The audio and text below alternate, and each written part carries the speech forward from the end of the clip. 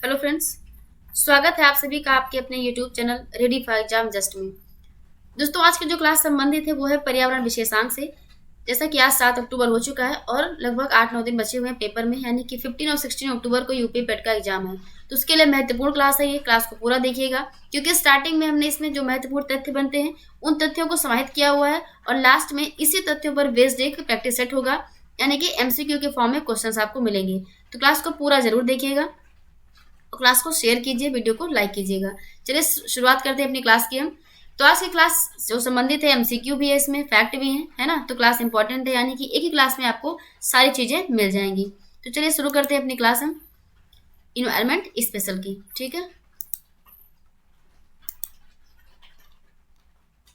तो ये क्लास है, इसमें पारिस्थितिकी से संबंधित है। इसमें कौन सा शब्द किसके द्वारा दिया गया था या कौन सी अवधारणा किसके द्वारा पेश की गई है, इससे संबंधित प्रश्न पूछे जाते हैं। तो इसमें कह रहा है कि पारिस्थितिकीय विज्ञान का जनक किसे कहा जाता है। तो पारिस्थितिकीय विज्ञान का जनक के रूप में जाना जाता है किसको, ओडम को जाना जाता है। इकोलॉजी शब्द ये किसने दिया था, अर्नेस्ट हैकेल ने दिया था। जितने भी इसमें लिखे गए सारे महत्वपूर्ण है। आप किसी की भी मतलब किसी भी लाइन को आप स्किप मत कीजिएगा कि हाँ ये कम महत्वपूर्ण है, ज्यादा महत्वपूर्ण है। सारे महत्वपूर्ण तथ्य हैं इसमें, महत्वपूर्ण प्रश्नों को हमने इसमें लिया हुआ है। तो जो इकोलॉजी शब्द है ये अर्नेस्ट हैकेल का है। पारिस्थितिकीय तंत्र ये टांसले का है। गहन पारिस्थितिकी यानी कि जो डीप इकोलॉजी शब्द है ये अर्नेज नेस का है। ठीक है, देखिए यहाँ पे लिखा है पारिस्थितिकीय तंत्र, यहाँ पे लिखा है गहन पारिस्थितिकी। तो शब्दों में थोड़ा सा ही अंतर है, तो ध्यान से पढ़िएगा इसको। तो जो डीप इकोलॉजी शब्द है ये अर्नेज नेस का है। पारिस्थितिकी निकाय की संकल्पना किसने प्रस्तुत की थी। ठीक है, तो पारिस्थितिकी निकाय की संकल्पना ये ग्रीनले ने किया था 1917 में। ठीक है, कह रहा कि पारिस्थितिकीय पदछाप मापने की इकाई क्या है। तो पारिस्थितिकीय पदछाप को किसमें मापते हैं हम, तो ये मापते हैं भूमंडलीय हेक्टर में। पारिस्थितिकीय पदछाप की मापने की इकाई है ये। धारणीय या अस्थायी विकास की अवधारणा ये किसने दिया था, ब्रंडलैंड ने दिया था 1987 में। धारणीय या फिर अस्थायी विकास की, ठीक है, सस्टेनेबल डेवलपमेंट। तो धारणीय या फिर स्थायी विकास की अवधारणा संबंधित है किससे, ये ब्रंडलैंड से, जो कि प्रस्तुत किया गया था 1987 में। पर्यावरण भूगोल शब्द की प्रथम चर्चा किसने की थी, तो हेबिट और हेयर ने किया था 1993 में किया था। तो हेबिट और हेयर ने 1993 में पर्यावरण भूगोल शब्द की सबसे पहली बार चर्चा की थी। प्राकृतिक कृषि का अन्वेषक इसके रूप में किसको जानते हैं, ये है मसानोबु फुकुओका। तो प्राकृतिक, ये प्रश्न पूछा हुआ है, प्राकृतिक कृषि का अन्वेषक, तो प्राकृतिक कृषि का अन्वेषक के रूप में किसको जानते हैं हम, ये मसानोबु फुकुओका को जाना जाता है। हॉटस्पॉट की संकल्पना नॉर्मन मेयर की है। हॉटस्पॉट की संकल्पना किसकी है, ये नॉर्मन मेयर की है। जैव विविधता शब्द का सर्वप्रथम प्रयोग किसने किया था। जैव विविधता शब्द का सबसे पहले प्रयोग किसने किया था, वॉल्टर जी रोसेन ने किया था 1986 में। ठीक है, किसने किया था, वॉल्टर जी रोसेन ने 1986 में किया था। ओजोन परत, ओजोन परत की सर्वप्रथम खोज किसने की थी। महत्वपूर्ण प्रश्न है ये। ओजोन परत की सर्वप्रथम खोज की थी चार्ल्स फॉबी व हेनरी ब्यूसन ने। तो फॉबी और हेनरी ने ओजोन परत की सबसे पहले खोज की थी। ओजोन परत किस में पाई जाती है, समताप मंडल में पाई जाती है। ओजोन परत क्यों महत्वपूर्ण है, क्योंकि ये जो सन रेज आती है, यानी कि जो अल्ट्रावायलेट रेज होती है उनसे हमारी ये रक्षा करती है, समताप मंडल में ये पाई जाती है। ठीक है, green house gas, green house gas की संकल्पना किसने दी थी, जोसेफ फोरियर ने की थी। किसने की थी, जोसेफ फोरियर ने की थी। ओजोन दिवस कब मनाया जाता है, ओजोन दिवस मनाते हैं हम 16 सितंबर को, 16 सितंबर को ओजोन दिवस मनाया जाता है। ठीक है, ग्रीन हाउस गैस की संकल्पना ये जोसेफ फोरियर की है। बायोस्फीयर रिजर्व, बायोस्फीयर रिजर्व की उदाहरण ये एडवर्ड सुएज की है। एडवर्ड सुएज की है क्या, ये बायोस्फीयर रिजर्व। ठीक है, तो बायोस्फीयर रिजर्व ये एडवर्ड सुएज की है। जैव विविधता की अगर हम बात करें तो जैव विविधता वाल्टर जी रोसेन ने, जैव विविधता की अवधारणा वाल्टर जी रोसेन। बायोडायवर्सिटी शब्द का सबसे पहले प्रयोग रेमंड एफ डॉसमैन ने किया था। ठीक है, बायोडायवर्सिटी शब्द रेमंड एफ डॉसमैन ने किया था। पारिस्थितिकीय पिरामिड की संकल्पना ये प्रस्तुत की थी एल्टन ने। किसने प्रस्तुत किया था इसको, एल्टन ने प्रस्तुत किया था। वैश्विक मंदन शब्द ये जेराल्ड स्टॉनहिल का है। वैश्विक मंदन शब्द किसका है, ये जेराल्ड स्टॉनहिल का है। ठीक है, अगला कह रहा है इसमें भारतीय जो पारिस्थितिकी के जनक है इसके रूप में जानते हैं प्रोफेसर आर मिश्रा को। तो भारतीय पारिस्थितिकी के जनक के रूप में प्रोफेसर आर मिश्रा को जाना जाता है। अब भारत में इन्वायरमेंट से संबंधित जो भी संरक्षण के प्रयास किए गए हैं उनका ईयर, इससे प्रश्न पूछा जाता है कि किस ईयर में कौन सी ये शुरू किया गया था, कौन सा नियम कानून कब आया था। तो महत्वपूर्ण है, इसमें प्रश्न जो है हो सकता है मैच करने के लिए दे दिया जाए या फिर क्रम लगाने के लिए, तो किसी भी तरीके से दे दिया जाए, ये महत्वपूर्ण तथ्य है। जैसे कि भारत वन अधिनियम कब आया था? 1987 में आया था। ये कब आया था? 1987 में आया था। वन्य जीव संरक्षण अधिनियम आया था 1972 में। वन संरक्षण अधिनियम 1980 में आया था। वायु प्रदूषण निवारण एवं नियंत्रण अधिनियम 1981 में आया था। ठीक है, ध्यान से पढ़िए, इन्हीं तथ्यों पर बेस्ड लास्ट में क्वेश्चन आपको मिलेगा, तो आप इससे आसानी से याद कर सकते हैं। ठीक है, पर्यावरण संरक्षण अधिनियम आया था 1986 में, इसका संशोधन किया गया था 1991 में। राष्ट्रीय पर्यावरणीय ट्रिब्यूनल अधिनियम कब आया था? ये आया था 1995 में। वन्य जीव संरक्षण अधिनियम आया था 1995 में। जैव विविधता अधिनियम 2002 में आया था। एगमार्ग एक्ट आया था 1937 में। टाइगर प्रोजेक्ट कब शुरू किया गया था? 1973 में। केंद्रीय गंगा प्राधिकरण 1985 में। Water prevention and control of pollution cess act आया था 1977 में। राष्ट्रीय गंगा बेसिन प्राधिकरण 2009 में आया था। हाथी संरक्षण परियोजना ये शुरू की गई थी कब? 1992 में।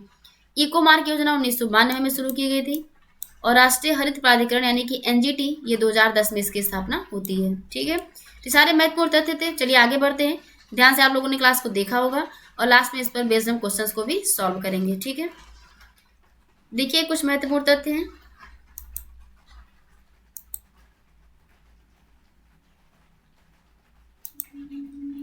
इसमें वायुमंडल से संबंधित कुछ प्रश्न पूछे जाते हैं, तो उनको हमने ले लिया हुआ है। देखिए, इसमें वायुमंडल में सबसे ज्यादा मात्रा में कौन सी गैस पाई जाती है? ये नाइट्रोजन पाई जाती है। काफी बार आप लोगों ने पढ़ा होगा, लेकिन तथ्य महत्वपूर्ण है, बार बार पूछे जाते हैं, इसलिए हमने इसको लिया हुआ है। ठीक है, तो वायुमंडल में सबसे ज्यादा क्या पाई जाती है? नाइट्रोजन पाई जाती है। लगभग परसेंटेज कितना है इसका? 78.08%। वायुमंडल की गैसों का क्रम, क्रम का मतलब हो गया कि सबसे ज्यादा कौन सी, फिर उससे कम, फिर उससे कम। सबसे ज्यादा नाइट्रोजन पाई जाती है 78.08%। ऑक्सीजन उसके बाद में है 20.95%, या फिर आपको ऑप्शन में 21% भी दिया जा सकता है। उसके बाद के परसेंटेज को आपको याद रखना है। ऑर्गन का 0.93% है। कार्बन डाइऑक्साइड का 0.038% है। फिर नियॉन है, उसके बाद में हीलियम है। तो गैसों का क्रम है, यानी कि वायुमंडल में कितनी मात्रा में गैसें पाई जाती हैं। अब वायुमंडल सबसे पहले कौन सा है? क्षोभ मंडल होता है। फिर कौन सा है? समताप मंडल। ये हमने जो भूगोल की क्लास ली हुई है, महत्वपूर्ण क्लास, उसमें हमने सब कुछ पढ़ाया हुआ है। ठीक है, तो पृथ्वी पे अगर देखें तो सबसे निचला क्षोभ मंडल होता है। मौसम से संबंधित जो घटनाएं होती हैं इसी मंडल में होती हैं। उसके बाद समताप मंडल है, ये इनकी दूरी दी गई है कहाँ से कहाँ तक ये पाई जाती हैं। फिर मध्य मंडल है, उसके बाद आयन मंडल है, फिर बहिर्मंडल है। तो ये क्रम है, क्रम पूछा जाता है, क्रम आप लोग याद रखिएगा ये। ठीक है, ऊंचाई का ये क्रम है। प्रश्न पूछा जाता है कि वायुमंडल में कौन सी गैस नहीं पाई जाती है? तो वायुमंडल में रेडान गैस नहीं पाई जाती है, ध्यान रखिएगा आप लोग। चलिए आगे बढ़ते हैं।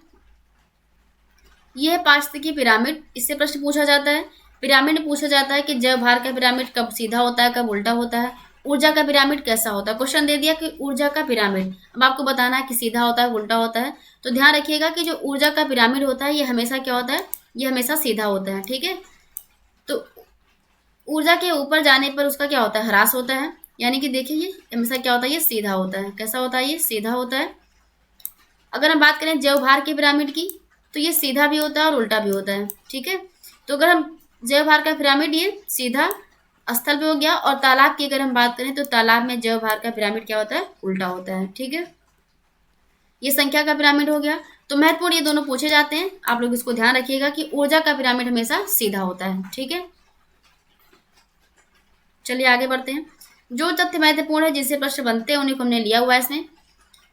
अब बात करते हैं बायोडायवर्सिटी की, जैव विविधता की। ठीक है, अब जैव विविधता में दो चीजें महत्वपूर्ण है। एक तो यहाँ पे दिया गया कि किसी भी स्थान पर पाया जाने वाला जीव वहाँ के पर्यावरण वह पारिस्थितिकी तंत्र में आपसी सामंजस्य बनाकर रहता है, इसी को हम क्या बोलते हैं? जैव विविधता कहते हैं। इसको हम क्या बोलते हैं? बायोडायवर्सिटी कहते हैं।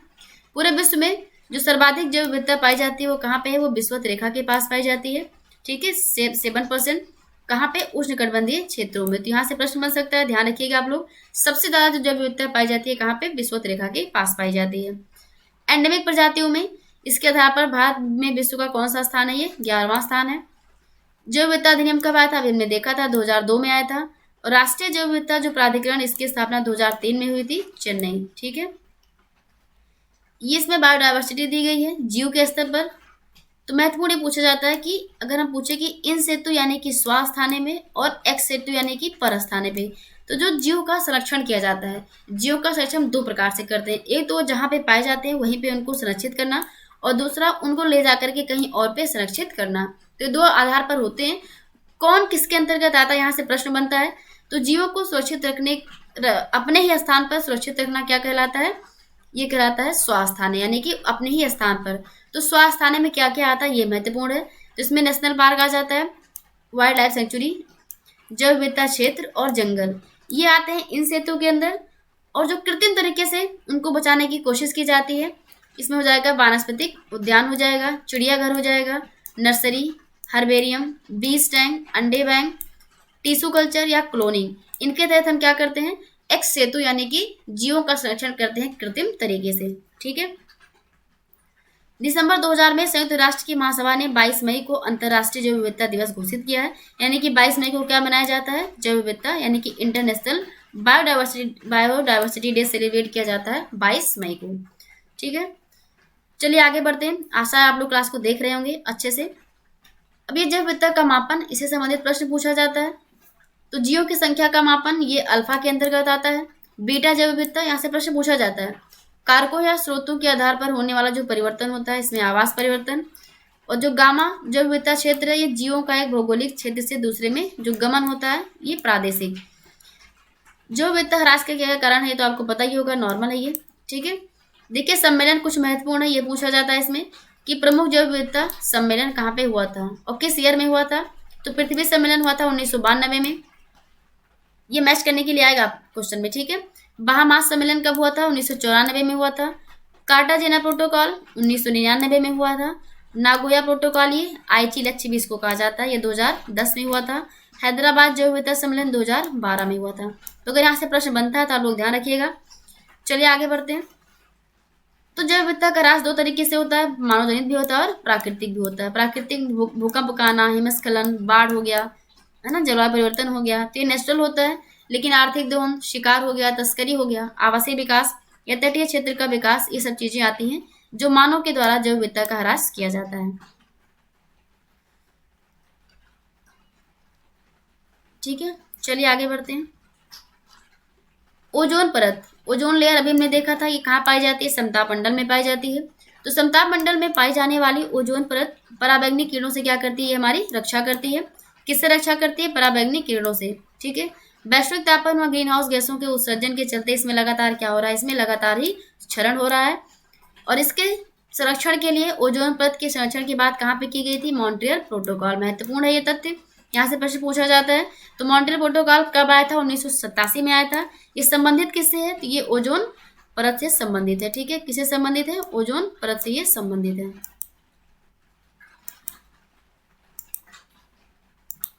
देखिए इसमें, तो ये है ओजोन, इसका सूत्र क्या होता है, O3 होता है। ठीक है, ऑक्सीजन के 3 ये अणु मिलकर के O3, ये ओजोन होता है। पराबैंगनी किरणों से हमारी बचाव करती हैं, अल्ट्रावायलेट रेज से। किस से, बी और सी से। तो अल्ट्रावायलेट रेज बी और सी से बचाव करती हैं। ओजोन परत कहाँ पाई जाती है, समताप मंडल में पाई जाती हैं। दूरी कितनी होती है, 20 से 30 किलोमीटर के बीच में। ये महत्वपूर्ण तथ्य है। त्वचा के कैंसर होता, इससे होता क्या है, त्वचा कैंसर, जीन उत्परिवर्तन या मोतियाबिंद हो जाता है। तो इसीलिए यानी कि जो पराबैंगनी किरणें आती हैं उनसे त्वचा कैंसर हो सकता है, जीन में उत्परिवर्तन हो सकता है, म्यूटेशन हो सकता है, मोतियाबिंद हो सकता है। यानी कि इसीलिए इनकी रक्षा, इनको कंजर्व करना महत्वपूर्ण है। CFC यानी ओजोन क्षरण का कारण क्या है, CFC क्लोरोफ्लोरोकार्बन। तो इस गैस से क्या होता है, ओजोन लेयर का क्षरण होता है। ओजोन दिवस कब मनाते हैं, 16 सितंबर को मनाया जाता है। ओजोन को मापने की इकाई क्या है, डाप्सन है। ठीक है, ये महत्वपूर्ण तथ्य है। ये मॉन्ट्रियल प्रोटोकॉल कब आया था, 1987 में आया था। और संबंधित किससे है, ओजोन के संरक्षण से संबंधित है। ओजोन में होल हो गया था, छिद्र हो गया था, ये कहाँ पे, अंटार्कटिका के ऊपर है। ये ब्रिटिश टीम के द्वारा 1985 में इसको खोजा गया था। तो ओजोन कितना महत्वपूर्ण है, आप लोगों ने देख ही लिया होगा इसमें कि ओजोन हमारे लिए कितना जरूरी है। अगर अल्ट्रावायलेट रेज की जो है, अगर ये बचाव नहीं करेगी तो हमारे त्वचा कैंसर हो सकता है, जीन का उत्परिवर्तन, मोतियाबिंद जैसी खतरनाक बीमारियां हो सकती हैं। यानी कि ये अल्ट्रावायलेट रेज से हमारी रक्षा करती है। और इसमें क्षरण क्यों होता है, तो CFC यानी कि जो क्लोरोफ्लोरोकार्बन है, जिसको शीतलक के फ्रेयान के रूप में जानते हैं, उनसे ओजोन लेयर का क्या हो जाता है, क्षरण हो जाता है। इसी को बचाव के लिए मॉन्ट्रियल प्रोटोकॉल किया गया था 1987 में। ठीक है, ये पाई कहाँ जाती है, समताप मंडल में पाई जाती है। ओजोन छिद्र के अंटार्कटिका के ऊपर होने का क्या कारण था? तो इसमें वायु परिसंचरण प्रणाली, क्लोरीन परिकल्पना, समताप मंडलीय मेघ परिकल्पना, सौर कलंक का प्रभाव था और ध्रुवीय वाताग्र था। देखिए O3 यानी कि ओजोन क्षरण की समस्या से निपटने के लिए क्या क्या सम्मेलन कब किया गया था? तो वियना सम्मेलन हुआ था 1985 में, मॉन्ट्रियल प्रोटोकॉल किया गया था 1987 में, हेलसिंकी सम्मेलन 1989 में, लंदन सम्मेलन हुआ था 1989 में। तो ये कुछ महत्वपूर्ण सम्मेलन किए गए थे ओजोन की परत को बचाने के लिए, उसका संरक्षण करने के लिए। ठीक है, चलिए आगे बढ़ते हैं। अब बात करते हैं प्रदूषण। इसमें प्रदूषण से क्या प्रश्न पूछा जाता है, पहले ये देख लीजिए। इसमें पूछा जाता है कि कौन सा प्राथमिक है, कौन सा द्वितीयक है, यही प्रश्न बनता है इसमें। ठीक है, तो यही महत्वपूर्ण है इसमें कि प्रदूषक एक होता है प्राथमिक और एक होता है द्वितीयक। तो दोनों में अंतर समझ लीजिए, है ना, फिर आप क्वेश्चन को सॉल्व कर लेंगे। तो जो अपने मूल स्वरूप में पर्यावरण में विद्यमान है उसको हम क्या बोलते हैं, प्राथमिक बोलते हैं। और इन्हीं प्राथमिक प्रदूषकों के आपसी अंतःक्रिया से जो बनता है उसको हम बोलते हैं द्वितीयक प्रदूषक। ठीक है, तो जिसमें प्लास्टिक हो गया, कार्बन डाइऑक्साइड हो गया, CO हो गया, ये सब प्राथमिक में आ जाएंगे। लेकिन जब अंतःक्रिया के फलस्वरूप बनते हैं, ऑक्सीजन, ये NO हो गया, H2SO4 हो गया, ये इसमें नहीं आएगा। ठीक है, तो ये किस में जाएगा, ये द्वितीयक में हो जाएगा। अब प्राथमिक प्रदूषक और मानव जनित, प्राकृतिक और मानव जनित, ये पूछा जाता है। तो ज्वालामुखी विस्फोट हो गया, धान का खेत हो गया, पशुओं के जुगाली द्वारा जो मीथेन का उत्सर्जन होता है, ये सारे प्राकृतिक प्रदूषण के कारण है। अब चलिए हम देखते हैं जो कुछ बीमारियां होती हैं, कुछ तत्वों से संबंधित बीमारियां, ये महत्वपूर्ण तथ्य पूछा जाता है। ये पारा से कौन सी बीमारी होती है, तो मिनी माता होती है। ठीक है, सिर्फ महत्वपूर्ण तथ्यों को हम देख रहे हैं, तो आप लोग ध्यान से देखते रहिए। पारा से संबंधित बीमारी कौन सी है, मिनी माता है। कैडमियम से क्या होता है, इटाई इटाई रोग होता है। नाइट्रेट से ब्लू बेबी सिंड्रोम होता है, ये पीसीएस से पूछा गया प्रश्न, यूपी पीसीएस में। नाइट्रेट से क्या होता है, ब्लू बेबी सिंड्रोम होता है। फ्लोराइड से क्या होता है, स्केलेटल फ्लोरोसिस हो जाता है। आर्सेनिक से होता है ब्लैक फुट। तो ये बेहद ही महत्वपूर्ण तथ्य हैं, आप लोग ध्यान से इसको पढ़ लीजिएगा। PDF हम डाल देंगे टेलीग्राम पर, आप लोग टेलीग्राम चैनल जो है ज्वाइन कर सकते हैं। ठीक है, लर्नर ऑफ एवरीथिंग के नाम से है, लर्नर ऑफ एवरीथिंग। तो इस चैनल से आप जुड़ सकते हैं, तो वहाँ से आपको ये PDF मिल जाएगी। तो पारा से होती है मिनी माता, कैडमियम से होती है इटाई इटाई, नाइट्रेट से होती है ब्लू बेबी सिंड्रोम, फ्लोराइड से हो जाता है स्केलेटल फ्लोरोसिस हो जाता है, और आर्सेनिक से ब्लैक फुट नामक रोग हो जाता है। ठीक है, एक ये तथ्य हो गया। दूसरा ये पूछा जाता है, देखिए आर्सेनिक से कौन कौन से राज्यों में, एक मिनट, आर्सेनिक से कौन कौन से राज्यों में, देखिए पश्चिम बंगाल हो गया, बिहार हो गया, ओडिशा हो गया, पश्चिमी उत्तर प्रदेश, यहाँ पे समस्याएं जो है आर्सेनिक की समस्याएं विद्यमान है। फ्लोराइड कहाँ पे, ये राजस्थान में। एक प्रश्न पूछा जाता है कि जो ये तीव्रता, ठीक है, ये स्रोत और तीव्रता पूछा जाता है। यूपी पिछले प्रश्न पूछा हुआ है ये, कि सामान्य बातचीत की अगर हम बात करें तो कितनी होती है, 20 से 30 डेसिबल। कितना होता है, 20 से 30 डेसिबल होता है। अगर ऊंची आवाज में बातचीत करेंगे तो 60 डेसिबल होता है। रेडियो संगीत की ये 50 से 60 डेसिबल होता है। हवाई जहाज की होती है 90 से 120 डेसिबल। और जो जेट इंजन होता है इसकी होती है 148 डेसिबल। अंतरिक्ष यान की होती है 140 से 179 डेसिबल। ठीक है, ग्रीन मफलर शब्द पूछा जाता है कि ग्रीन मफलर शब्द किससे संबंधित है, तो ये संबंधित है ध्वनि प्रदूषण से। ठीक है, तो ग्रीन मफलर शब्द संबंधित है किससे, ध्वनि प्रदूषण से। विश्व स्वास्थ्य संगठन यानी WHO ने जो निर्धारित सुरक्षित ध्वनि सीमा है वो कितना रखा हुआ है, 45 डेसिबल। महत्वपूर्ण तथ्य ये 45 डेसिबल ये सीमा निर्धारित की गई है विश्व स्वास्थ्य संगठन के द्वारा, WHO के द्वारा। ठीक है, अब देख लेते हैं कुछ महत्वपूर्ण तथ्य। देखिए इसमें भोपाल गैस त्रासदी कब हुई थी, 1984 में हुई थी। पूछा जाता है कि इसमें कौन सी गैस रिलीज हुई थी, तो ये मिथाइल आइसोसाइनेट। ये सारे प्रश्नों में लगभग पूछा ही जाता है। तो जो भोपाल गैस त्रासदी हुई थी 1984 में हुई थी भोपाल में, मिथाइल आइसोसाइनाइड के रिलीज के कारण। चेरनोबिल परमाणु आपदा कब हुई थी, 1986 में हुई थी। यूक्रेन में ये यूरेनियम का रिसाव हो गया था। चेरनोबिल परमाणु आपदा, अभी चेरनोबिल परमाणु आपदा न्यूज़ में भी था क्योंकि रूस और यूक्रेन का युद्ध चल रहा है, तो उसमें ये जो जगह ये न्यूज़ में आई थी। ठीक है, तो यूक्रेन में है ये, और ये संबंधित है यूरेनियम के रिसाव से। अब ये कुछ वायु प्रदूषक है और उनके स्रोत है और उनका क्या प्रभाव होता है, यानी कि कौन सा, सल्फर यौगिक की बात करें या कार्बन यौगिक की बात करें, तो ये इनका जो स्रोत है, यानी कि इनका जो प्रदूषण होता है किसकी वजह से होता है और इसका क्या इफेक्ट होता है। तो अगर हम कार्बन यौगिक, ये प्रश्न पूछा जाता है, मेन देख लेते हैं। जैसे हम बात करें क्लोरोफ्लोरोकार्बन की, CFC की बात करें, अभी हमने बात की थी कि इससे क्या होता है, इससे ओजोन का क्षरण होता है, ओजोन लेयर का क्षरण होता है। तो ये क्लोरोफ्लोरोकार्बन कहाँ से आती है? रेफ्रिजरेटर से। किससे आती है? फ्रिज से आती है और स्प्रे से आती है। इससे क्या होता है? इससे भूमंडलीय ऊष्मन होता है और ओजोन का क्षरण होता है। ठीक है, हम बात करते हैं इसमें, जैसे निलंबित कण हो गया, तो ये निर्माण कार्य, भाप शक्ति संयंत्र, मोटर वाहन। इससे क्या होता है? इससे दृश्यता में कमी हो जाती है। लाल रक्त की जो कण है इनके निर्माण में बाधा होती है और इनसे कैंसर भी हो जाता है। नाइट्रोजन और इनके यौगिक जो हैं ये ताप संयंत्र से, मोटर वाहन से, वायुमंडलीय अभिक्रिया से, इससे अम्ल वर्षा होती है और पादपों की उत्पादकता में कमी आती है। आंखों और फेफड़ों में जलन होने लगती है। तो ये सारे महत्वपूर्ण तथ्य हैं। जो ज़्यादा महत्वपूर्ण उसको हमने देख लिया हुआ है, क्लास लंबी ना हो तो आप लोग पीडीएफ को पढ़ लीजिएगा। ठीक है, एक हो गया इसमें शीशा हो गया। शीशा ये मोटर वाहन से रिलीज होता है, इससे कैंसर होता है और केंद्रीय तंत्रिका तंत्र प्रभावित होता है। ये जरूर पूछा जाता है कि इससे क्या चीज़ें जो है इसमें इफेक्टिव होती हैं, प्रभावित होती हैं। ठीक है, एस्बेस्टॉस की अगर हम बात करें तो ये एस्बेस्टॉस खनन और निर्माण उद्योग से रिलीज होता है और इससे श्वसन संबंधी समस्याएं उत्पन्न होती हैं। स्मॉग किससे बनता है? N2O plus O2 plus PAN से बनता है और ये उद्योग और मोटर वाहन से रिलीज होता है। सोर्स हो गया इसका। इससे श्वसन संबंधी समस्याएं हो जाती हैं और आंखों में जलन की समस्या उत्पन्न होती है। ठीक है, आगे बढ़े, चलिए देखते हैं। देखिए ये हो गया पर्यावरण संस्थान, यानी कौन से संस्थान कहाँ पे स्थित है। तो भारतीय वानस्पतिक संस्थान कहाँ पे है? ये कोलकाता में। कहाँ पे स्थित है? भारतीय वानस्पतिक सर्वेक्षण, ये कहाँ पे? कोलकाता में हो गया। भारतीय प्राणी विज्ञान सर्वेक्षण, ये भी कहाँ पे हो गया? कोलकाता में हो गया। ठीक है, तो वानस्पतिक और प्राणी ये दोनों कोलकाता से संबंधित हैं। भारतीय वन सर्वेक्षण देहरादून में। वन अनुसंधान संस्थान देहरादून में, ये आया था उत्तराखंड पीसीएस के प्री में। ठीक है, तो भारतीय वन सर्वेक्षण ये देहरादून में। वन अनुसंधान संस्थान ये भी देहरादून में है। केंद्रीय मृदा एवं जल संरक्षण अनुसंधान एवं प्रशिक्षण संस्थान ये भी देहरादून में है। कौन कौन संस्थान है जो बेंगलुरु में है? तो लकड़ी विज्ञान और अनुसंधान संस्थान हो गया। पारिस्थितिकी विज्ञान केंद्र ये भी बेंगलुरु में।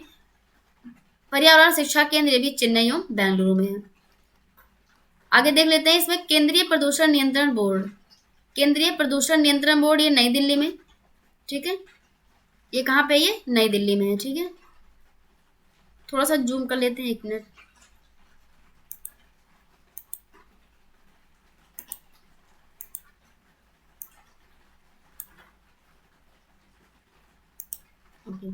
तो ये कहाँ पे है? केंद्रीय प्रदूषण नियंत्रण बोर्ड नई दिल्ली में। जल प्रबंधन अभियांत्रिकी संस्थान कहाँ पे है? ये नई दिल्ली में भी है, नई दिल्ली में है। और केंद्रीय मृदा संरक्षण संस्थान ये भी नई दिल्ली में है। हिमालय वन अनुसंधान संस्थान ये शिमला में है। वन उत्पादकता केंद्र रांची में है। राष्ट्रीय वनस्पति विज्ञान संस्थान ये लखनऊ में है। ये कई बार प्रश्न पूछा गया, महत्वपूर्ण है ये। केंद्रीय पक्षी शोध संस्थान ये इज्जत नगर बरेली में। तो जो यूपी वाले हैं, यानी लखनऊ में जो चीज़ें यूपी में है वो ज़्यादा महत्वपूर्ण है। केंद्रीय वर्षा वन अनुसंधान संस्थान ये कहाँ पे? जोरहाट। जोरहाट कहाँ पे? ये असम में है। सामाजिक वानिकी एवं पारिस्थितिकीय पुनर्स्थापना केंद्र इलाहाबाद में है। वानिकी अनुसंधान तथा मानव संसाधन विकास संस्थान छिंदवाड़ा में है। उच्च उष्णकटिबंधीय संस्थान जबलपुर में। उच्च अक्षांश अनुसंधान प्रयोगशाला कहाँ पे? गुलमर्ग में है। भारतीय प्राणी कल्याण संस्थान वल्लभगढ़ हरियाणा में है। यह महत्वपूर्ण है। इसमें सलीम अली पक्षी विज्ञान एवं प्राकृतिक इतिहास केंद्र कोयम्बटूर में है। उष्णकटिबंधीय वनस्पति उद्यान एवं अनुसंधान केंद्र तिरुवनंतपुरम में है। और नीरी कहाँ पे है? नागपुर में है। ये महत्वपूर्ण है। राष्ट्रीय समुद्र प्रौद्योगिकी संस्थान चेन्नई में है। शीतोष्ण वन अनुसंधान केंद्र हिमाचल प्रदेश, महत्वपूर्ण है ये।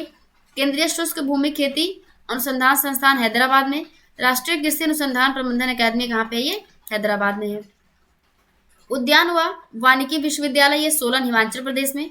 Central food technological research institute ये मैसूर में है। केंद्रीय कृषि वानिकी अनुसंधान केंद्र झांसी में है, महत्वपूर्ण है। भारतीय चावल शोध संस्थान ये कटक उड़ीसा में है। राष्ट्रीय डेयरी अनुसंधान संस्थान करनाल हरियाणा में है ये। भारतीय दलहन अनुसंधान संस्थान कानपुर में। केंद्रीय उपोष्ण बागवानी संस्थान लखनऊ में है। Indian bureau of mines Nagpur में है ये। राष्ट्रीय शर्करा संस्थान कानपुर में। भारतीय मौसम विज्ञान विभाग ये नई दिल्ली में है। केंद्रीय शुष्क क्षेत्र अनुसंधान संस्थान काजरी ये जोधपुर राजस्थान में है। National plants genomic research institute नई दिल्ली में। अंटार्कटिका में स्थापित जो शोध स्थल है इंडिया के द्वारा दक्षिण गंगोत्री। ठीक है, कौन कौन सा है ये? दक्षिण गंगोत्री, मैत्री और भारती। दक्षिण गंगोत्री, मैत्री और भारती, ये महत्वपूर्ण है।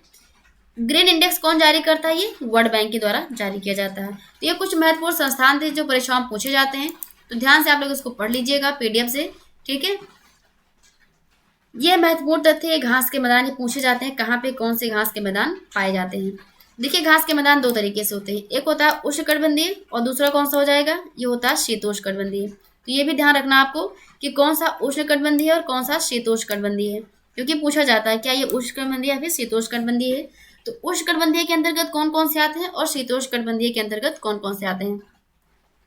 तो कंपास हो गया, पार्कलैंड हो गया, सेलवास हो गया, सवाना हो गया और ये लानोस हो गया। ये किसके अंतर्गत आते हैं? उष्णकटिबंधीय के अंतर्गत आते हैं।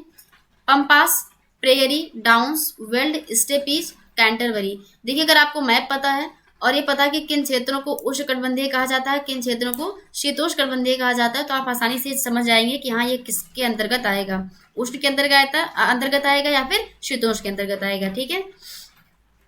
तो कंपास कहाँ पे पाया जाता है? ये दक्षिण पूर्वी ब्राजील में पाया जाता है। कंपास कहाँ का है? दक्षिण पूर्व ब्राजील का है, ठीक है। अब आप ब्राजील की लोकेशन देखेंगे कि कहाँ पे है ये, है ना। अगर आप ब्राजील देखेंगे तो देखेंगे कि जो विषुवत रेखा है यानी कि जो भूमध्य रेखा है उसके आसपास का इलाके में है, या फिर कर्क रेखा के या फिर मकर रेखा के, तो आप उस तरीके से जान सकते हैं कि ये उष्णकटिबंधीय में आएगा या फिर शीतोष्णकटिबंधीय में आएगा। तो कंपास ये दक्षिण पूर्वी ब्राजील का है। पार्कलैंड कहाँ का है? उत्तरी क्षेत्र अफ्रीका का। सेलवास कहाँ पे? ये अमेजन बेसिन में पाए जाते हैं। सवाना ये पूर्वी अफ्रीका सूडान का है। लानोस ये वेनेजुएला का है, ठीक है। अब देख लेते हैं शीतोष्ण घास के मैदान, इनकी स्थिति भी कहाँ पे पाए जाते हैं। तो पंपास पाया जाता है अर्जेंटीना और उरुग्वे में। कहाँ पाया जाता है ये? पंपास पाया जाता है अर्जेंटीना और उरुग्वे में। प्रेयरी कहाँ का है? नॉर्थ अमेरिका का है और कनाडा का है। डाउन्स ऑस्ट्रेलिया का है। देखिए इन सबकी लोकेशन या तो नॉर्थ में है तो साउथ में है, यानी कि शीतोष्णकटिबंध के अंतर्गत आते हैं, ठीक है। वेल्ड कहाँ का है? ये साउथ अफ्रीका का है। स्टेपी कहाँ का है? यूरेशिया का है। ये पूर्वी यूरोप और मध्य एशिया दोनों में पाए जाते हैं। कैंटरबरी कहाँ का? ये न्यूजीलैंड का है, ठीक है। तो ये महत्वपूर्ण है, यहाँ से आपको एक दो प्रश्न जरूर मिलेंगे, तो बहुत अच्छे से देखिएगा। अगर आपको पढ़ना होगा तो आप पीडीएफ से पढ़ सकते हैं, बाकी भी इन पर बेस्ड हम क्वेश्चंस को भी सॉल्व करेंगे, तो क्लास को ध्यान से देखिए और पूरा देखिए, ठीक है। तो यहाँ से प्रश्न जरूर बनता है उष्णकटिबंधीय और शीतोष्णकटिबंधीय घास के मैदान से। चलिए आगे बढ़ते हैं। ये कुछ महत्वपूर्ण जो शब्दावलियां हैं पूछा जाता है इसमें। बायोम किसे कहा जाता है ना। ये प्राणी जगत की ऑक्सीजन की मांग यानी कि बायोलॉजिकल ऑक्सीजन डिमांड, बीओडी पूछा जाता है इसमें। तो जैविक पदार्थों के घुलने अथवा अपघटित होने के लिए जो ऑक्सीजन की आवश्यकता होती है उसको हम क्या बोलते हैं? बीओडी कहते हैं। क्या बोलते हैं? बीओडी कहा जाता है। एक है बायोलॉजिकल मैग्निफिकेशन, ये प्रश्न पूछा जा चुका है। तो किसी जीव के अंदर लगातार हानिकारक रासायनिक पदार्थों की मात्रा का बढ़ना क्या कहलाता है? जैव संवर्धीकरण कहलाता है। डिफिनेशन प्रश्न पूछा जाता है एक लाइन में दे करके, तो ध्यान से आप लोग इसको पढ़ लीजिएगा। यूट्रोफिकेशन क्या कहलाता है? यूट्रिफिकेशन जहां लगातार तालाबों और झीलों में पोषक तत्वों की मात्रा बढ़ती रहती है, ये बोला था, इसको यूट्रिफिकेशन कहा जाता है। ये होता क्यों है? इसके पीछे कारण क्या है? आधुनिक कृषि की पद्धति। तालाबों और झीलों में सूर्य के प्रकाश के प्रवेश के आधार पर इसको विभिन्न स्तरों में बांटा गया है। एक होता है लिटोरल जोन, एक होता है लिमिनेटिक जोन, एक होता है प्रोफंडल जोन। तो देखिए ये हो गया लिटोरल जोन। इसमें क्या होता है? इसमें सूर्य का प्रकाश पूरी तरह से प्रवेश करता है, सबसे ऊपर होता है ये लिटोरल जोन। उसके नीचे होता है लिमिनेटिक, यहाँ पे क्या होता है? यहाँ पे मैक्सिमम मतलब एक क्या मध्यम दर से सूर्य का प्रकाश यहाँ पे आता है। और नीचे होता है प्रोफाउंडल, यहाँ पे सूर्य का प्रकाश नहीं पहुंचता है क्योंकि सबसे निचली परत होती है।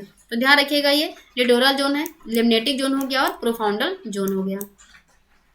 जहां जहां से प्रश्न बन सकते हैं उन सारे तथ्यों को हमने इसमें लिया हुआ है, तो ध्यान से इसको पढ़ लीजिएगा, ठीक है। तो देखिए ये महत्वपूर्ण तथ्य खत्म हो रहे हैं। अब हम देखेंगे इन पर आधारित कौन कौन से प्रश्न बन सकते हैं, ठीक है। आगे बढ़ें। चलिए प्रश्नों को देख लेते हैं। पीईटी स्पेशल, ठीक है। अब देखिए आप लोग फटाफट आंसर बताते चलिए। इसमें कह रहा है कि भारत में पर्यावरण संरक्षण अधिनियम कब पारित किया गया था? तो अभी हमने प्रश्न देखा हुआ था, है ना। तो ये कब हुआ था? 1986 में हुआ था। सौर विकिरण की सबसे महत्वपूर्ण भूमिका क्या है? किसमें होती है? जल चक्र में होती है। तो इसमें ऑप्शन सी सही हो जाएगा। इसमें प्रश्न करा कि ये राष्ट्रीय पर्यावरण अभियांत्रिकी शोध संस्थान नीरी कहाँ पे है? तो नीरी नागपुर में है, अभी हमने देखा था। यूनेप का मुख्यालय कहाँ पे है? नैरोबी में है। और नैरोबी कहाँ पे है? केन्या में। केन्या की राजधानी है नैरोबी। यहीं पे यूनेप यानी कि UNEP, united nation environment programme, ठीक है, इसका मुख्यालय स्थित है कहाँ पे? नैरोबी में। ग्रीन पीस इंटरनेशनल का मुख्यालय कहाँ पे है? नीदरलैंड में है। नीदरलैंड के एम्स्टर्डम में स्थित है ये। नीदरलैंड के एम्स्टर्डम में स्थित है ग्रीन पीस इंटरनेशनल का मुख्यालय, ठीक है। अगला प्रश्न, धारणीय कृषि यानी कि सस्टेनेबल एग्रीकल्चर का क्या अर्थ होता है? तो भूमि का इस प्रकार प्रयोग कि उसकी गुणवत्ता अक्षुण्ण बनी रहे, यानी कि उसकी गुणवत्ता में कोई निगेटिव इम्पैक्ट न पड़े, उसको हम बोलते हैं सस्टेनेबल एग्रीकल्चर। हरित विकास यानी कि ग्रीन डेवलपमेंट, इसके लेखक कौन है? तो डब्ल्यू एम एडम्स हो जाएंगे। क्वेश्चन नंबर 8, पारिस्थितिकी तंत्र की संकल्पना, ये टांसरे ने दिया था, अभी हमने देखा था। देखिए प्रश्न सारे पूछे हुए प्रश्न है परीक्षाओं में, ठीक है। समुद्री वातावरण में मुख्य प्राथमिक उत्पादक होते हैं, तो ये फाइटोप्लैंक्टन्स होते हैं, इसमें ऑप्शन ए सही हो जाएगा।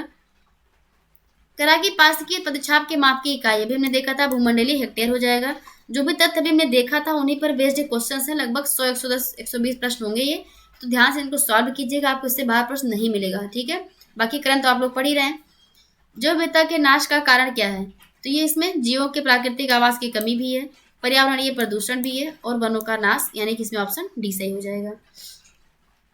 भारत के जैव विविधता प्रखर स्थल हॉटस्पॉट ये कहाँ पे हैं? तो इसमें क्या हो जाएगा? पूर्वी घाट, पश्चिमी घाट, पूर्वी हिमालय, पश्चिमी हिमालय। तो कहाँ कहाँ पे है? पश्चिमी घाट में है और ये पूर्वी हिमालय में है, ठीक है।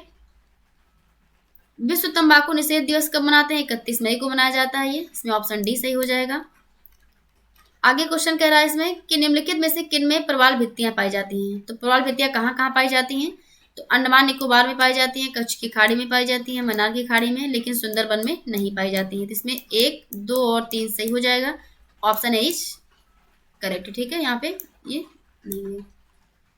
भारतीय संसद द्वारा जैव विविधता अधिनियम कब पारित किया गया था? 2002 में पारित किया गया था, अभी हमने देखा था ये। इसमें कह रहा निम्नलिखित राज्यों में किनमें या किसमें सिंह पुच्छी वानर यानी कि मैगोंग अपने प्राकृतिक आवास में पाया जाता है? तो ये तमिलनाडु में पाया जाता है, केरल में पाया जाता है और कर्नाटक में पाया जाता है। इसमें 1, 2, 3 सही हो जाएगा। अगला प्रश्न इसमें कह रहा है कि मेधा पाटेकर का नाम किस आंदोलन के साथ जुड़ा हुआ है? तो नर्मदा बचाओ आंदोलन से जुड़ा हुआ है, ठीक है। ग्रीन हाउस प्रभाव क्या है? तो गैसों के वायुमंडल में जमा होने से पृथ्वी के वातावरण का गर्म होना, इसी को हम बोलते हैं green house effect. Green house गैसों की संकल्पना ये किसने दिया था? तो ये दिया था जोसेफ फोरियर ने दिया था, सबसे पहले पेज में हमने यही पढ़ा हुआ था। निम्नलिखित में से कौन सी ग्रीन हाउस गैस नहीं है?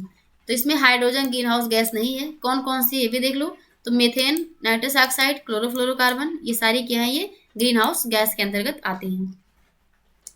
अगला प्रश्न इसमें, कार्बन क्रेडिट का दृष्टिकोण इनमें से किससे शुरू हुआ था? तो कार्बन क्रेडिट शुरू हुआ था ये क्योटो प्रोटोकॉल से, इसमें ऑप्शन ए सही हो जाएगा। ये पूछा गया था यूपी पीसीएस 2021 का प्रश्न है ये। भारत की जलवायु परिवर्तन पर प्रथम राष्ट्रीय क्रिया योजना कब प्रकाशित की गई थी? 2008 में की गई थी। निम्नलिखित में से कौन सा एक भारत के राष्ट्रीय जलवायु परिवर्तन कार्य योजना के 8 मिशनों में से शामिल नहीं है? तो इसमें सौर शक्ति शामिल है, वनीकरण शामिल है, अपशिष्ट से ऊर्जा का परिवर्तन शामिल है, लेकिन इसमें नाभिकीय शक्ति नहीं शामिल है। तो बाकी कुछ क्वेश्चन तो आप कॉमन सेंस से भी कर सकते हैं। इसमें वायुमंडल में उपस्थित ओजोन परत क्या अवशोषित करती है? तो अल्ट्रावायलेट रेस को ये अवशोषित करती है, इससे हमारी रक्षा करती है ये। भारत के कुल क्षेत्रफल में वनों का क्षेत्रफल कितना है? 21.67। भारतीय वन सर्वेक्षण रिपोर्ट के अभी जो लेटेस्ट डेटा आया हुआ है, आप लोग उससे बताइएगा कि इसमें कुल क्षेत्रफल कितना है। भारतीय वन सर्वेक्षण की रिपोर्ट के अनुसार भारत के निम्नलिखित में से किस राज्य में भौगोलिक क्षेत्र का सर्वाधिक प्रतिशत वन क्षेत्र है? तो देखिए अगर परसेंटेज पूछेगा तो क्या हो जाएगा? मिजोरम हो जाएगा, इसमें ऑप्शन सी सही हो जाएगा। तो ध्यान दीजिएगा परसेंटेज पूछा है कि एरिया वाइज पूछा है, ठीक है। अगला प्रश्न, वृक्षाच्छादित क्षेत्र सर्वाधिक कहाँ पाए जाते हैं? तो ये डेक्कन में, पूर्वी दक्कन में पाए जाते हैं। भारत के निम्न स्थानों में से कौन सा स्थान मैंग्रोव वनस्पति के लिए प्रसिद्ध है? तो मैंग्रोव कहाँ पे है? सुंदरबन में। निम्नलिखित में से कहाँ पर एक संरक्षित कच्छ वनस्पति क्षेत्र है? कहाँ पे ये? गोवा में, ठीक है। भारत में वन संरक्षण अधिनियम कब पारित किया गया था? 1980 में पारित किया गया है। वन अनुसंधान संस्थान कहाँ पे? देहरादून में है। यूके पीसीएस पेपर में ये पूछा गया प्रश्न था। वर्ल्ड वाइल्ड लाइफ फंड यानी कि WWF का प्रतीक कौन सा जानवर है? तो ये ज्वाइंट पांडा हो जाएगा इसमें, ठीक है। विश्व वन्य जीव दिवस कब मनाते हैं? 3 मार्च को मनाया जाता है, इसमें ऑप्शन ए सही हो जाएगा। National bureau of plant genetic resources ये कहाँ पे है? नई दिल्ली में। अंतर्राष्ट्रीय टाइगर दिवस कब मनाते हैं? 29 जुलाई को मनाया जाता है। भारतीय टाइगरों को बचाने के लिए प्रोजेक्ट टाइगर किस वर्ष आरंभ किया गया था? 1973 में शुरू किया गया था। जो भी लोग क्लास को देख रहे हैं आप लोग बताइएगा कमेंट बॉक्स में कि अभी हाल ही में एक नाम है आशा, ठीक है, आशा, ये न्यूज में है, बताइएगा आशा क्या है, ठीक है, आशा किससे संबंधित है या क्या है, आप लोग ही बताइएगा, महत्वपूर्ण है, हो सकता है परीक्षा में पूछा जाए। तो भारतीय टाइगरों को बचाने के लिए प्रोजेक्ट टाइगर कब शुरू किया गया था? 1973 में शुरू किया गया था। भारत का राष्ट्रीय जैविक उद्यान कहाँ पे स्थित है? ये नई दिल्ली में स्थित है, ऑप्शन सी इसमें सही हो जाएगा। भारत का सर्वप्रथम राष्ट्रीय उद्यान कौन सा था? ये कार्बेट था, महत्वपूर्ण हो जाएगा क्योंकि भी इसका नाम बदला गया है। इसका नाम क्या रखा गया है बताइएगा आप लोग कमेंट बॉक्स में। इसका नाम बदला नहीं गया, एक्चुअली में इसका जो पहले पुराना नाम था उसी को फिर से रख दिया गया है, ठीक है। 38 का ऑप्शन डी इसमें सही हो जाएगा। निम्नलिखित में से युगों में से क्या कौन सा सही सुमेलित नहीं है, यानी गलत कौन सा है? तो जयमंडल आगार और इनकी अवस्थिति, तो मानस यहाँ पे लिखा है, तो ये कहाँ पे? ये असम में है, तो यही ऑप्शन इसमें सही हो जाएगा कि ये गलत है। बाकी नंदा देवी उत्तराखंड में, कंचनजंगा सिक्किम में, अगस्तमला ये केरल में है। निम्नलिखित में से कौन एक विश्व धरोहर स्थल यानी कि वर्ल्ड हेरिटेज साइट घोषित किया गया है? तो नंदा देवी जयमंडल आरक्षित क्षेत्र, ऑप्शन ए इसमें सही हो जाएगा। अब आपको मैच करना है कि यहाँ पे कौन सा पाया जाता है, ये महत्वपूर्ण प्रश्न हो जाएगा यूपी के लिए, ठीक है। और इस पर हमने क्वेश्चंस को कराया हुआ है। तो नवाबगंज कहाँ पे? उन्नाव में है। ओखला पच्छी कहाँ पे है? ये ओखला गाजियाबाद में। समसपुर रायबरेली। पार्वती अरंगा कहाँ पे? ये गोंडा में स्थित है। कौन सही सुमेलित नहीं है? तो बांदीपुर कहाँ है? कर्नाटक में। राजाजी उत्तराखंड। सिमलीपाल उड़ीसा। पिन वैली जम्मू कश्मीर में नहीं है बल्कि ये हिमाचल प्रदेश में स्थित है, ठीक है। निम्नलिखित लक्षित क्षेत्रों पर विचार कीजिए। देखिए फटाफट प्रश्न को हम देख रहे हैं, पढ़ रहे हैं ताकि जो है वीडियो लंबी ना हो, आपका रिवीजन जल्दी से जल्दी यानी कम समय में ज्यादा प्रश्न आप लोग देख सकें, कम समय में ज्यादा प्रश्न ज्यादा तथ्य आपको मिल सकें, ठीक है, क्योंकि समय बहुत कम है, लगभग 1 हफ्ते बचे हुए हैं एग्जाम में। तो बांदीपुर, भितरकनिका, मानस और सुंदरबन कह रहा है इसमें से बाघ आरक्षित यानी कि टाइगर है ना, ये बाघ आरक्षित कौन से इसमें है? तो इसमें कहाँ पे है? बांदीपुर में है, मानस और ये हो जाएगा कहाँ पे? सुंदरबन में, ठीक है। अगला प्रश्न कह रहा है इसमें भारत का राष्ट्रीय सामुद्रिक पार्क कहाँ पे? ये कक्ष में स्थित है। निम्नलिखित में से कौन सा युग्म सही सुमेलित नहीं है? तो महान हिमालयी राष्ट्रीय उद्यान मनाली, राजजी नेशनल पार्क देहरादून में, केवलादेव भरतपुर, कौन सा सही सुमेलित है आपको ये बताना, बाकी सारे ही गलत ही है ना, ये भी गलत है, ये भी गलत है। वन विहार ये भी गलत है, जिसमें ऑप्शन सी इसमें सही हो जाएगा। भारत का प्रथम तितली उद्यान कहाँ पे स्थित है? बनेरघट्टा जैविक उद्यान बेंगलुरु में स्थित है ये। कार्बेट राष्ट्रीय उद्यान अपना जल कहाँ से प्राप्त करता है? ये रामगंगा नदी से प्राप्त करता है, और आपको उत्तर भी आपका यहीं से मिल गया, किसी नदी के नाम पर इसका नाम क्या हो गया है? रामगंगा नेशनल पार्क, ठीक है। इसका पुराना नाम यही था एक्चुअली में, अब इसको फिर से रख दिया गया है, और सबसे पुराना ये राष्ट्रीय उद्यान भी है। करा इसमें आपको बताना है कि मिलान करना है ना, ये दंपा टाइगर रिजर्व कहाँ पे है? गुमटी, कौन सा इसमें मैच है, कौन सा ये बताना आपको।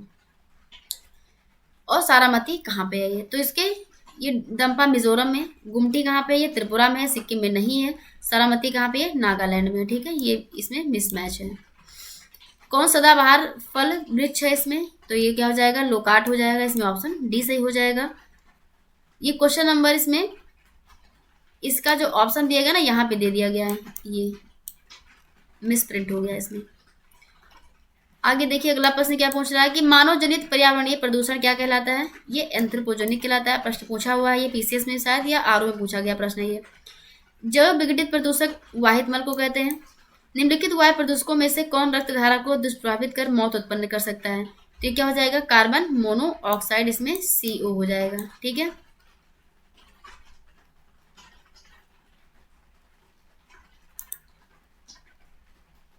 आगे बढ़ते हैं।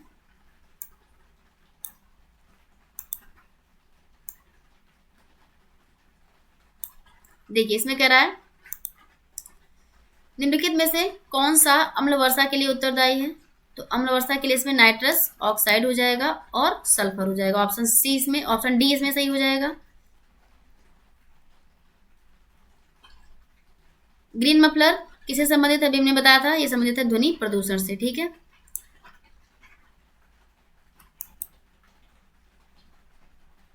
अगला प्रश्न, एक मिनट।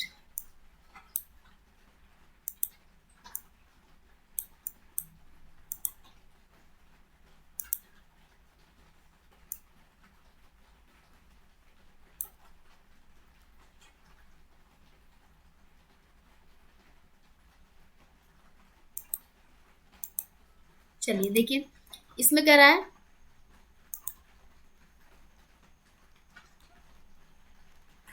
ये रहा, भोपाल में यूनियन कार्बाइड फैक्ट्री से जो गैस रिस गई थी ये कौन सी थी, तो मिथाइल आइसोसाइनाइड, इसमें ऑप्शन सी सही हो जाएगा, ऑप्शन मिथाइल आइसोसाइनाइड सही हो जाएगा। ठीक है,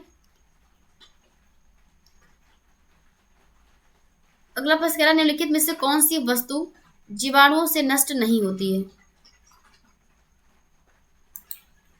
तो इसमें क्या हो जाएगा, भोपाल में यूनियन कार्बाइड फैक्ट्री से जो गैस रिस गई थी वो कौन सी थी, मिथाइल आइसोसाइनाइड थी। ठीक है, आगे देखते हैं, निम्नलिखित में से कौन सी वस्तु जीवाणुओं से नष्ट नहीं होती है, तो जीवाणु से नष्ट कौन सी नहीं होगी, प्लास्टिक, यानी कि गोबर हो गया, पौधों की पत्तियां, एक खाद्य पदार्थ, ये क्या होते हैं, ये सड़ जाएंगे, घुल जाएंगे, लेकिन प्लास्टिक जो होगा ये जीवाणु से नष्ट नहीं होता है। अगला प्रश्न है निम्नलिखित में से कौन सा एक वायु प्रदूषण के जैविक सूचक का कार्य करता है, तो लाइकेन, इसमें ऑप्शन ए सही हो जाएगा।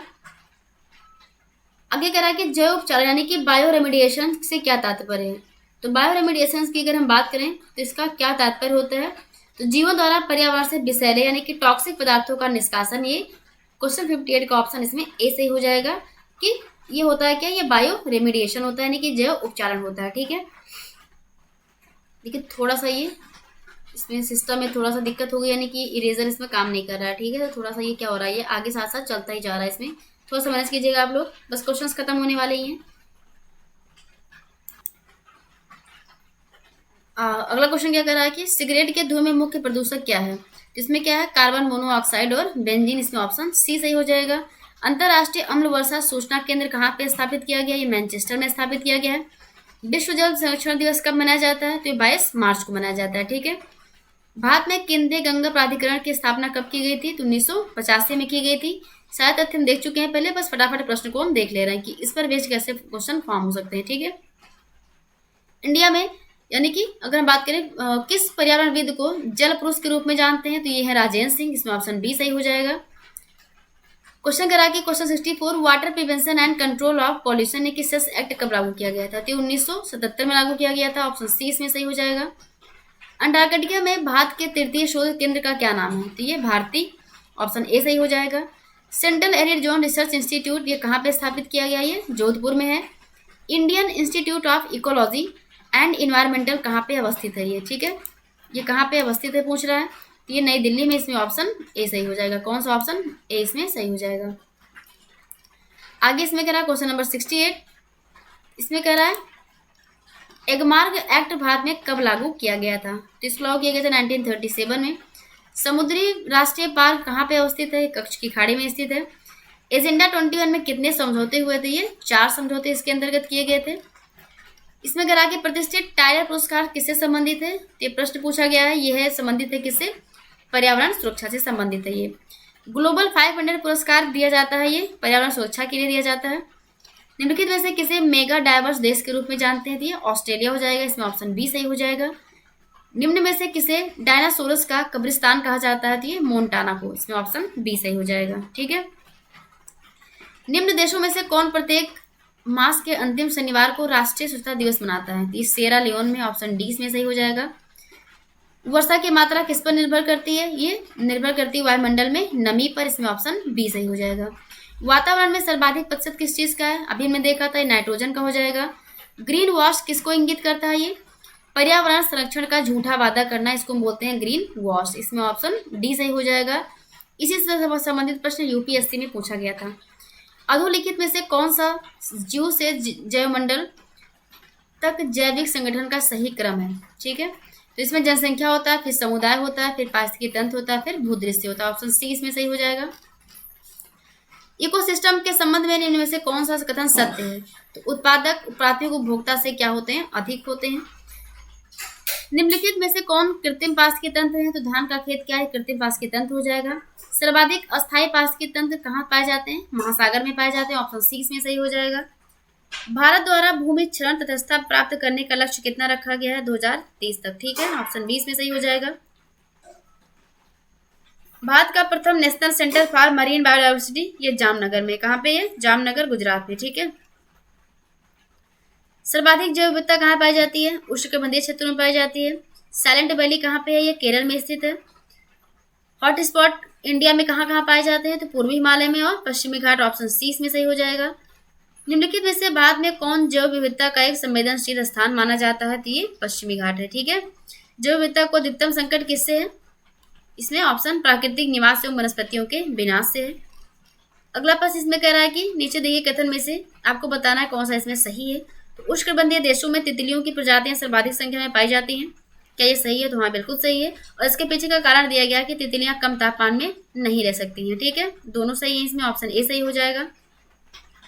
कौन से जैव विविधता के संरक्षण के लिए महत्वपूर्ण रणनीति है? तो ये जैव मंडल रिजर्व। ऑप्शन ए इसमें सही हो जाएगा। निम्नलिखित में से कौन स्ववासन संरक्षण रणनीति का उदाहरण नहीं है? तो वानस्पतिक बाग जो कि मैंने बताया था, ये किसमें आता है? ये एक्स सेतु में आता है। ठीक है। तो क्वेश्चन को आप लोग ट्राई कीजिएगा, इसको सॉल्व कीजिएगा। पीडीएफ हम डाल देंगे टेलीग्राम पर, है ना। आप वहां से प्रश्नों को दोबारा से सॉल्व कर सकते हैं। अगला प्रश्न कह रहा है कि एक्स सेतु संरक्षण के लिए कौन सी गैस प्रयोग की जाती है? तो इसमें क्या हो जाएगा? नाइट्रोजन। ऑप्शन ए इसमें सही हो जाएगा। जैव मंडल आरक्षित पर्यवेक्षण क्षेत्र किसको कहा जाता है? आनुवांशिक विभिन्नता के। 95 क्वेश्चन, एक प्रवाल व्यंजन का सबसे अधिक प्रभावी कारक क्या है? सागरीय जल के सामान्य तापमान में वृद्धि से है। ठीक है। हरित गृह प्रभाव का क्या अर्थ है? तो ये वायुमंडल में, ठीक है, कहाँ पे? ये वायुमंडल में। आगे चलते हैं, थोड़ा सा पीछे, कहाँ पे गया प्रश्न? ये क्वेश्चन नंबर कौन सा था? क्वेश्चन नंबर हम देख रहे थे, इसमें ये वाला था। ठीक है। तो एक प्रवाल व्यंजन का सबसे ये हो गया, इसमें क्वेश्चन नंबर सी हो जाएगा। ऑप्शन सी, तापमान में वृद्धि से संबंधित है ये। तो ये कुछ महत्वपूर्ण प्रश्न है ना। लगभग 100-120 प्रश्न इसमें दिए गए थे, तो जिनको आप लोग सॉल्व कीजिएगा। इसमें कह रहा कि मीथेन इनमें से किससे निकलती है? तो ये केवल धान के खेतों से, केवल दीमक से, तो ये दोनों से निकलती है। पीछे का प्रश्न पूछा गया था ये। इसमें ए और बी दोनों सही हो जाएगा। कौन संयोग में सही सुमेलित नहीं है ना। तो ये सारे तथ्य हम करा चुके हैं, उन्हीं पर बेस्ड ये प्रश्न है। तो कौन सा इसमें राष्ट्रीय उद्यान पूछ रहा है, कहाँ पे पाया जाता है? तो सारे प्रश्न को आप लोग सॉल्व कीजिएगा। और आप देखेंगे कि इसमें जितने प्रश्न हैं, कितने प्रश्न इसमें दिए गए हैं? टोटल 140 प्रश्न इसमें दिए गए हैं। 140 क्वेश्चन इसमें दिए गए हैं। तो 140 क्वेश्चन में, और इसके अलावा जो भी महत्वपूर्ण तथ्य हैं, इससे बाहर आपको प्रश्न नहीं मिलेगा। तो क्वेश्चन को पूरा सॉल्व कीजिएगा, बताइएगा पेपर देने के बाद कि आपको प्रश्न कहाँ से मिले थे। ठीक है। तो क्वेश्चन सॉल्व कीजिएगा, पीडीएफ डाल देंगे टेलीग्राम पर। और वीडियो को शेयर कीजिएगा अपने दोस्तों के बीच में। क्लास को लाइक कीजिए, क्लास को पूरा देखिए और अपना सहयोग बनाए रखिए। ठीक है। तो आज की क्लास में इतना ही। धन्यवाद।